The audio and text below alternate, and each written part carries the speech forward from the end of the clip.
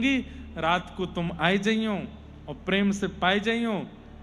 द्वापर में तो गोपी ने छड़ी दिखाई, खूब डांटो, मैं कछु नहीं कहूंगी, लेकिन हाँ कोई चिन्ह छोड़ जाइयो दाद से मुंह को पता चल जाए कि तुम रात को आए।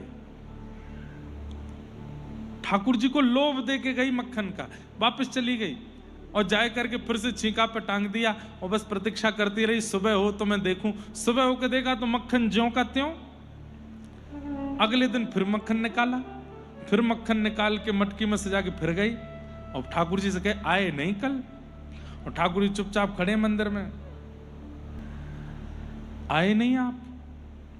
ज्यादा नहीं, 350-400 वर्ष पुरानी घटना है। लाला देख, मैं तुमको सांची बता रही हूं, मेरो पति, मेरो ससुर, मेरे बालक सबरे लालायत घूम रहे हैं 2 दिन आते कि मक्खन क्यों ना मिल लो, पर मैं कोई को नहीं पवाऊंगी, पहलो मक्खन मेरो लाला खावे को। ब्रजभाषा समझ आ रही है? कितने इनको समझ आ रही है? हाथ ऊपर करिए। अच्छा नीचे करो। कितनों को नहीं आ रही है वो ऊपर करो। ये सबको आ रही है? चलो तो फिर अहिल्यानगर छोड़ के चलो वृंदावन, वहीं रहो। ब्रजभाषा आती है तो क्या रहना यहाँ पे, चलो ब्रज में रहेंगे, बढ़िया जगह नहीं है, वो मुझसे मत कहना, पड़े रहना जमुना जी के किनारे, जगह नहीं है, भर गया है वृंदावन पूरा। तो ब्रजभाषा समझ आ रही है ना? ठाकुर जी से जाके कहे अरे लाला 2 दिन आते नहीं आ रहा है, देख ले मैं तुमको फिर बता रही हूं, बहुत जोर को मक्खन है, इतना स्वाद है, इतना स्वाद है, तू एक बार आ जा और आए के नेक पा जा। दूसरे दिन रख दिया, ठाकुर जी फिर भी नहीं आए। तीसरे दिन उसको लगा मैंने घर का रास्ता नहीं बताया, वो रात में आते तो होंगे, भटक जाते होंगे। तो अगले दिन जाके सबरा रास्ता बता के आई। बोले सुनो, मंदिर से नीचे उतरोगे गिरिराज जी से, आगे से दाएं लेना, फिर आगे जाओगे एक तालाब आएगा, वहां से बाएं लेना, फिर वहां से फिर दाएं लेना, फिर 4 घर छोड़ के 5वां घर होगा, वट वृक्ष लगा होगा, वहीं मेरो घर है। ऊपर से छत खुली भई है, भीतर आंगन में घुस के और किनारे पे मां मक्खन टंगो खाए जाइयो। चौथे दिन भी ठाकुर जी नहीं आए, फिर गई और अब की बार जाके बोले देख लाला 5 दिन है गए, तू आ ना रहे हो मक्खन खावे, अब तू बिल्कुल मत आइयो। अब तो मैं अपने लाला को, अपने पति को, अपने ससुर को, सबन को पवाऊंगी। तू बैठो रे मंदिर में ही, और मंदिर में पुरानो सुरानो मक्खन खातो रहे, मैं तो ताजो ताजो मक्खन खवानो चाहती, अब तू आई ना रहो तो कोई बात ना, लेकिन लाला फिर बताऊं, बहुत जोर का मक्खन है, बहुत स्वादिष्ट है। अब वो इतना लोभ दे ठाकुर जी को, सामने खड़े खड़े श्रीनाथ जी के लार टपकन लगी इच्छा हो गई। एक रात को और समय दे रही हूं लाला, अगर आज नहीं आए हो तो कल अपने परिवार वाले इनको जहां मक्खन खवाए दूंगी। रात्रि में श्री कुम्भन दास जी नाम के भक्त कीर्तन करते थे ठाकुर जी का, सामने जाके मंजीरा लेके कीर्तन कर रहे थे। उनको ठाकुर जी की गतिविधि अनुभव आ जाती थी, और ठाकुर जी की लार निकलती देखी तो कुम्भन दास जी पूछने लगे। बाकी सबको लगता कि मूर्तिमान ठाकुर जी खड़े, कुम्भन दास जी को दिखते थे। कुम्भन दास जी बोले जय जय, ये लार कैसे गिर रही है आपके? भूख लगी है, कछु कछु खावे को मने, मुझे बता दो। तो ठाकुर जी कुम्भन दास जी से, कुम्भना एक गोपी है, रोज आवे और रोज दूर से मक्खन दिखा दिखा के जावे और मेरे सामने ऐसे सूंघ सूंघ के करे, बहुत बढ़िया है, बहुत मीठो है, बहुत अच्छो है। मेरो तो मन है रो वाके घर को मक्खन खाया हूं मैं। कुम्भन दास जी बोले मोए बताओ कौन सी गोपी है, मैं घर जाके मक्खन ले आऊंगो, आपको मंदिर में अंदर थाल में पधरा दूंगो, थाल वारो ना खानो, और मंदिर में लेके आवेंगे तो मुंह को तो इतना सा देंगे, बाकी सबरे पंडित जी सब खा जाएंगे, मुंह को नहीं मिलो, मुंह तो पूरा खानो है। तो बोले पूरा मक्खन ले आऊंगो, अकेले खा जाइए। बोले ना ऐसे ना खानो। तो बोले कैसे खानो है? बोले जैसे द्वापर में गोपीन के घर में घुस के चोरी करके, कोई को पतो नहीं चले, अचक अचक जाए के और ऊपर से मटकी से निकाल के एक दूसरे के सिर पर चढ़ के, वैसे करना है। कुम्भन दास जी बोले जे द्वापर ना है, कलयुग है, इतनी मार पड़ेगी, इतनी मार पड़ेगी, इतनी मार पड़ेगी, जय जय बन जाओगे। और महातो मधुमंगल श्रीदामा तनसुका मनसुका सबरे सखाए, यहाँ कौन है? ठाकुर जी बोले तू है ना कुंभन दास। कुंभन दास जी बोले मैं 60-65 वर्ष को बुजुर्ग, जीवन पूरा निष्कलंकित निकल गयो मेरो 65 वर्ष को, अब 65 साल में मुझे चोर करवाओगे, चोरी करवाओगे? ठाकुर जी बोले देख तो कुछ चलना है तो चल मेरे संग, नहीं तो कल से तो को मेरो दर्शन नहीं होएगो। अरे नहीं नहीं जय जय चलूंगो। कहा करना ये बताओ? बोले बस फुर्ती रखियो, जल्दी जल्दी बिल्कुल, और आवाज मत करियो। तो ठीक है। रात्रि 7:30 बजे मंदिर बंद हुआ, शयन कर गए ठाकुर जी। कुंभन दास जी पीछे खिड़की पर जाके खड़े हुए, सब दर्शनार्थी पुजारी सेवक सब अपने अपने घर चले गए और ठाकुर जी पीछे की खिड़की से उतर के आए। कुंभन दास जी के कंधा पे दोनों पैर रखे, पैर ऐसे लटका लिए यहाँ पर और यहाँ ऐसे पकड़ के सिर, और कुंभन दास जी ने ऐसे भगवान के दोनों चरण पकड़े और ठाकुर जी बोले चल। रात का अंधेरा, सब सो रहे हैं, कहाँ चलूं? बोले यहाँ ते नीचे, और फिर माते फिर कुंभन दास जी तुम कब हुआ है? बोले मैं ना गयो, वो मुझको बता के गई है सब रो, वहां को घर कहाँ है? सब कर रहे हैं। अब कुंभन दास जी के नेत्रों में आंसू भी आ रहे हैं। क्यों? तू है सखी बड़ भाग बड़ी, नंदलाल तेरे घर आवत हैं। अरे सखी तू कितनी बड़भागी है। त्रिलोकीनाथ जगत नियंता जगदाधार पुरुषोत्तम परम पुरुषोत्तम भगवान श्री कृष्ण वो तेरे घर स्वयं आ रहे हैं।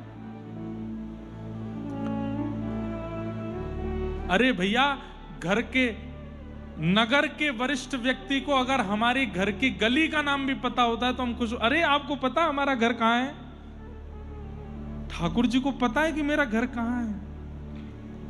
और बस बताते हुए कुंभन दास जी ले गए और बोले जय जय अंदर कैसे जाएंगे, दरवाजा तो बंद है। बोले अरे ऊपर से छत खुल रही है या की, ये देख बट को पेड़ है या के ऊपर चढ़ जाओ।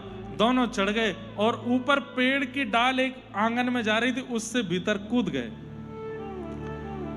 चुपचाप, एक कुंभन दास हल्ला मत करियो, आवाज मत करियो, उठ जाएंगे सबरे। कहां है छीको? छीको कहां है? तभी देखी एक कोने में ऊपर रस्सी लटकी, छींका और उसके ऊपर मटकी रखी। ठाकुर जी देख बोरो। अब ठाकुर जी तो इतने से 4 वर्ष के ठाकुर जी हैं श्रीनाथ जी, ये 4 वर्ष के हैं इतने से। कुंभन दास जी खूब लंबे हैं। तो कुंभन दास जी तो बोले अब तुम को अपने कंधा पे चढ़ा ले। यहां चढ़ गए। ठाकुर जी दोनों पैर इधर रखे, जैसे तैसे करके सिर से ऊपर अपनो वजन संभालें। कुंभन दास जी ऐसे पकड़े, छीको पकड़ो ठाकुर जी ने और अंदर हाथ डाल के मक्खन ने कहा पहले तो सूंघो, हमें बिल्कुल वैसी सुगंधी है। अरे नंदरानी यशोदा की याद आ गई आज तो, एक युग बाद। और ठाकुर जी प्रेम से जीभ से आवाज चाटे, आहा खूब चप चप आवाज करके खा रहे हैं। कुंभन दास जी ऊपर देख रहे, जय जय ने कि नीचे दे दो। सो ठाकुर जी एक छींका पकड़ के ऐसे चाटे और जो बच्चों भयो ऐसे नीचे करके, अब वो कुंभन दास जी कभी आंख में लग जाए, कभी नाक में लग जाए, कभी मुंह में लग जाए। कुंभन दास जी ने जैसे पाया, एक तो मक्खन और ऊपर से ठाकुर जी का अधरामृत, ठाकुर जी के मुख से लगा हुआ अधरामृत, वो तो अमृत बन चुका था। कुंभन दास जी तो मंत्र मुग्ध हो गए, नेत्र बंद हो गए, अविरल अश्रुधार गिरने लगी, हाथ पैर कंपायमान होने लगे। ठाकुर जी बोले ए कुंभना क्या कर रहे हो? चोरी करवे आयो कि भक्ति करेगो यहाँ पे? ऐ सीधा उठाड़ो रे। कुंभन दास जी के मन में आई एक बार देखूं तो सही, गाया तो इतना कि ठाकुर जी चोरी करते हैं, एक बार देखूं तो ये लगते कैसे चोरी करते समय।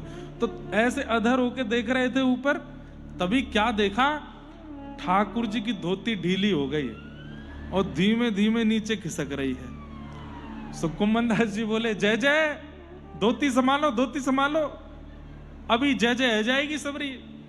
सोई ठाकुर जी ने चतुर्भुज रूप धारण किया और 2 भुजा से अपनी धोती पकड़ी और 2 भुजा से मक्खन खा रहे। मतलब मक्खन नहीं छोड़ा है, 2 एक्स्ट्रा भुजा प्रकट कर ली, उससे धोती पकड़ी। और ये छवि देख करके तो श्री कुम्भन दास जी मंत्रमुग्ध हो गए, और मंत्रमुग्ध होकर के जैसे ही झूमने लगे, ठाकुर जी बोले एक मना कहा कर रहो, कहा कर रहो, कहा कर रहो। अब जैसे ही ठाकुर जी हिले तो छींका से मटका नीचे गिरा, धड़ाम, जोर की आवाज हुई, घर के लोग उठे, चोर चोर चोर चोर चोर। अब ठाकुर जी तो जोर से कूदे और महाराज पेड़ पर चढ़ के भाग गए। कुम्भन दास जी ऐसे ही खड़े और पूरा मक्खन लगो है मुंह पे। लालटेन जलाई, घर के लोगों ने जाके देखा और महाराज लिए डंडा, है चोर, कभी हाथ में मारे, पैर पे मारे, खूब मारा। कुम्भन दास जी हंसते हंसते पिट रहे हैं मित्रों से, अरे बाबा शर्म नहीं आई तो है, इतना बड़ा है गो, बूढ़ो बड़ो 60-70 वर्ष को है गो, और तू चोरी कर भी आयो। कुम्भन दास जी ने नेत्र खोल करके उस सखी को देखा, बोले तेरो घर है ये? बोले हाँ। तू रोज ठाकुर जी को मक्खन को लोभ देवे जावे श्रीनाथ जी में? बोले हाँ। तुम्हें कैसे पता? चरण पकड़ लिए उस सखी के, तू है सखी बड़ भाग बड़ी, नंदलाल तेरे घर आवत है, तू है सखी। गाइए, बड़ भाग लाल तेरे घर आवत है, तू अपनों श्रृंगार करत है, तू अपनों श्रृंगार करत है, वे दर्पण हाथ दिखावत है, दर्पण हाथ दिखावत है। कुम्भन दास लाल गिरधर के, कुम्भन दास लाल गिरधर के, वे तो तेरे ही हाथ बिकावत हैं, तेरे ही हाथ। और कुम्भन दास जी उस सखी का हाथ पकड़ के नृत्य करने लगे अर्धरात्रि में। बोली भयो कहा, तब पूरी बात बताई। बोले साक्षात श्याम सुंदर मेरे कंधा पे बैठ के आए और तेरे घर की सुंदर माटी के या छींके ते मक्खन पाए के गए। वो सखी रोने लगी, बोले सच बताओ ठाकुर जी आए? बोले हाँ वही आके गए हैं, मुझे क्यों नहीं दिखे? फिर मुझे तो उनको देखना था। बोले तैने कही कि चोरी करके चले जाइयो, कोई को पता नहीं चलेगी, हमारे चले गए। एक बार कुम्भन दास जी कह दो ना, मुझको अनुभव करा दें। कुम्भन दास जी बोले मैं ठाकुर जी से प्रार्थना करूंगा, कोई तो कहियो मत ये तेरे संग लीला भई है, ये तेरे संग आज रास भयो है। तू हमेशा उनके पास गई, वो रस हतो, आज ठाकुर जी तेरे पास आए, ये रास भयो है, याकू कोई से कहियो मत। कुम्भन दास जी गए, जा रहे हैं, बस उसी झांकी का स्मरण कर रहे हैं। एक 2 भुजा से धोती पकड़ रहे हैं, 2 भुजा से छीका, वही छवि चल रही थी चित्त में। तभी थोड़ी दूर गए, पहुंचे तो वहां कदम वृक्ष के नीचे ठाकुर जी खड़े थे। ए कुम्भना, आनंद आयो? कुम्भन दास जी बोले इतनो पिटवायो मुझको, दे यहाँ छड़ी पड़ी, यहाँ लगी। कह रहे आनंद आयो? बोले तोते मैंने कही जल्दी करियो, तुम हाँ दारी को आंख बंद करके जो यो सोच रहे हो, आहा कितनी सुंदर छवि, अरे चोरी में ये सब ना किया जाए। और बंधुओं कितनी सुंदर लीला है। अभी मैं नासिक में अष्ट सखाओं की लीला सुनाऊंगा। सूरदास, कुम्भन दास, गोविंद दास, शीत स्वामी, परमानंद दास, नंद दास, कृष्ण दास, उन्हीं में से एक है ये कुम्भन दास। इनकी पूरा चरित्र वहां 15 दिन इन अष्ट सखाओं की वार्ता कहनी। तो ठाकुर जी कुम्भन दास से कहते हैं, देख तो को एक शुभ समाचार दूं। बोले कहा, अबई तेरी बहू ने घर में एक लाला को जन्म दियो है। ठाकुर जी दे रहे हैं समाचार कि तुम्हारे घर में पुत्र हुआ है। बिना पुत्र का मुख देखे कुम्भन दास जी ने कह दिया, मैं अपने पुत्र का नाम चतुर्भुज दास रखूंगा, क्योंकि आज मैंने वही झांकी आपकी देखी। और अपने पुत्र का नाम उन्होंने चतुर्भुज दास रखा। जिन्होंने गोवर्धनवासी सांवरे तुम बिन रहो ना जाए। ये पद कुम्मन दास जी के पुत्र ने लिखा, चतुर्भुज दास जी ने। तो रास का मतलब समझ गए? आप पंढरपुर जाते हो, आप व्रज जाते हो, आप वृंदावन जाते हो, आप द्वारिका जाते हो, ये रस है। लेकिन ठाकुर जी अहिल्यानगर आ जाएं, ये रास है। और एक बात कह दूं, अपने लिए नहीं कह रहा हूं, मेरे लिए सोच के मत सुनिएगा इस बात को। अहिल्यानगर वासियों के संग रास हो गया क्योंकि श्रीमद् भागवत जी यहां आ गए। आपके लिए अब देखो, वृंदावन, गोवर्धन, यमुना जी, बरसाना, श्री जी, ठाकुर जी, मधुमंगल, श्रीदामा, तनसुखा, मनसुखा, ललिता जी, विशाखा जी, सुखदेव जी, परीक्षित जी, सब तो आ गए अहिल्यानगर में। यही तो रास है। अहिल्यानगर वासियों के संग एक सामूहिक रास हो गया। अब एकांत का रास वो करने के लिए तो आपको मनन चिंतन करना पड़ेगा। कल कथा के बाद आपको बहुत चिंतन करना पड़ेगा, तब एकांतिक रास भी हो जाएगा। ठाकुर जी कुछ ना कुछ लीला कृपा करेंगे। ठाकुर जी ये परखते हैं कि ये प्रचार वाला व्यक्ति तो नहीं है ना। प्रचार वाले से दूर रहते हैं ठाकुर जी। ठाकुर जी विचार वाले के पास जाते हैं, जो प्रचार कर दे। अब कई तो ठाकुर जी घर में आ गए तो हम सबसे पहले तो सीसीटीवी फुटेज निकाल के सोशल मीडिया पर डाल देगा। मेरे घर आए थे, ऐसे खड़े थे द्वार पे आके, बेल बजा रहे थे, टिंग टोंग। हम लोग प्रचार वाले लोग हैं, इसलिए ठाकुर जी दूर रहते हैं हमसे। ठाकुर जी तो विचार वालों के पास आते हैं। घर सा तो रास का मतलब समझ आया? आज तक गोपियां ठाकुर जी को दर्शन करने जाती थी, ठाकुर जी से मिलने जाती थी, ठाकुर जी को चाहती थी। लेकिन आज ठाकुर जी ने चाहा है कि ये मेरे पास आए, इसलिए इसको रास कहा गया। भगवान पिता रात्रि शरदोत्फुल्ल मल्लिका वीक्षण तुम मनश्चक्रे योग मायामुपाश्रित। भगवान ने शरद पूर्णिमा की रात्रि पर रास विहार का आश्वासन दिया था गोपियों को चीर हरण के समय। आज जैसे ही शरद पूर्णिमा का चंद्रमा उदित हुआ, ठाकुर जी ने वन में जाकर के वेणु को अधर पर रख के अपनी कोमल उंगलियों से छिद्रों को आच्छादित करके प्राण पिरोए। बाज उठी वंशी वृंदावन में, और सब गोपियों के कर्ण रंध्र में वो वेणु की ध्वनि जा रही है। अब वेणु की एक धुन होती है, सेनाई बजाइयों ने किसी से, देखो ये धुन है। अब ये जो भैया बजा रहे हैं ये क्या है? धुन, ये स्वर है। इसमें शब्द नहीं है, इसमें केवल स्वर है। लेकिन अभी हम लोगों को स्वर सुनाई दे रहा है। ऐसे ही जब ठाकुर जी वंशी बजा रहे थे तो ब्रज की गोपियों को स्वर नहीं, शब्द सुनाई दे रहा था। कैसा? अरे गोपी तू क्या कर रही है? मैं यहां वन में तेरी प्रतीक्षा कर रहा हूं, जल्दी आ जा। ऐसा बंधुओं आज भी होता है। आप लोग कथा सुन रहे हैं, कथा में आपको क्या लग रहा है कि महाराज जी जो हैं ये कुछ बात बोलते हैं, कुछ ज्ञान बोलते हैं, कुछ वैराग्य बोलते हैं, कुछ भक्ति बोलते हैं।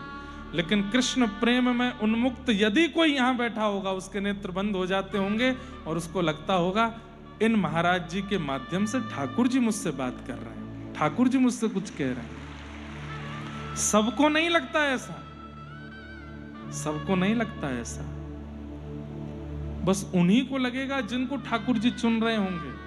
बाकी सबको अच्छा लग रहा होगा, बाकी सबको नॉलेज मिल रही होगी, बाकी सबको ज्ञान मिल रहा होगा, बाकी सबको आनंद आ रहा होगा।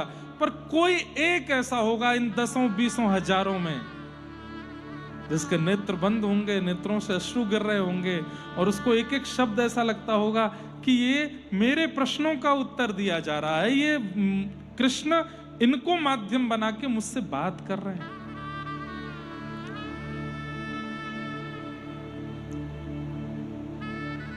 आप पंढरपुर गए, पंढरपुर में लाखों लोग दर्शन कर रहे हैं, लेकिन जब आप पंढरीनाथ के सामने गए तो पता क्या लगेगा? ये तो मेरे लिए ही खड़े थे, मेरे लिए ही खड़े हैं, ये तो मेरी प्रतीक्षा कर रहे थे, ऐसा अनुभव होगा। वो आगे के 10,000, पीछे के 1,00,000 लोग नहीं अनुभव होंगे, अपना अनुभव होगा। इन्होंने मुझे बुलाया है, ऐसी चित्त में स्थिति प्रकट होने लग जाती है। रास में जाने वाली गोपियों के। उनको यमुना जल नहीं लगता, यमुना रानी लगती है। उनको गिरिराज पर्वत नहीं लगता, उनको वहां भी कृष्ण का अनुभव होता है। व्रज की रज मिट्टी नहीं लगती है, साक्षात अमृत तुल्य लगती है। ब्रजवासी मानव नहीं लगते हैं, भगवान के सखा दिखने लगते हैं। व्रज रसिकों, जो गोपी रास में जाने वाली होगी उसकी परिस्थिति ऐसी हो जाती है। असंख्य गोपियां हैं ब्रजमंडल में, लेकिन कृष्ण प्रेम में जो चुनी गई हैं, केवल उनके कानों में जाके मानो कृष्ण बोल देते हो, आजा गोपी तेरी प्रतीक्षा कर रहा हूं मैं। और वो गोपी उसी समय अपने कार्य को यथावत छोड़ के भागती है कृष्ण मिलन के लिए।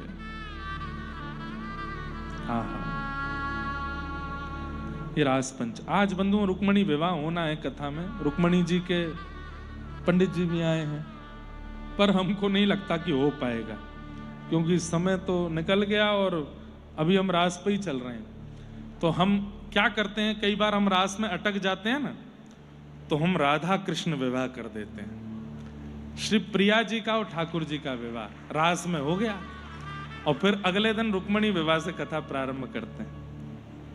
आज जो पंढरपुर से आए हैं उनमें से एक सुदेव ब्राह्मण के वंशज हैं। कौन से ब्राह्मण?